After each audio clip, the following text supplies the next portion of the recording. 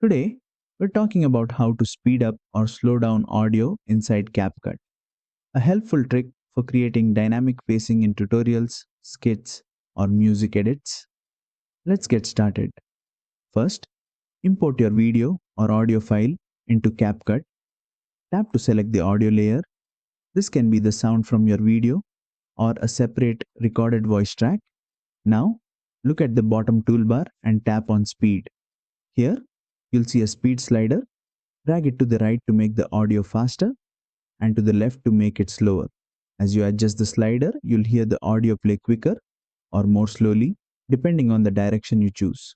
Below the speed slider, you'll notice a toggle called Change Audio Pitch. Let's understand what it does.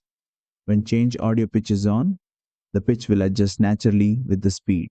For example, speeding up the audio makes it sound higher and slowing it down makes it sound lower. When Change Audio Pitch is off, CapCut keeps the voice at a normal pitch even though the playback speed changes. This is helpful if you want to maintain the speaker's natural tone while changing the tempo. Play around with these options until it sounds right for your project, then continue with the rest of your edit, and that's it. You now know how to speed up or slow down audio in CapCut Mobile and how to control whether the voice pitch changes along with it.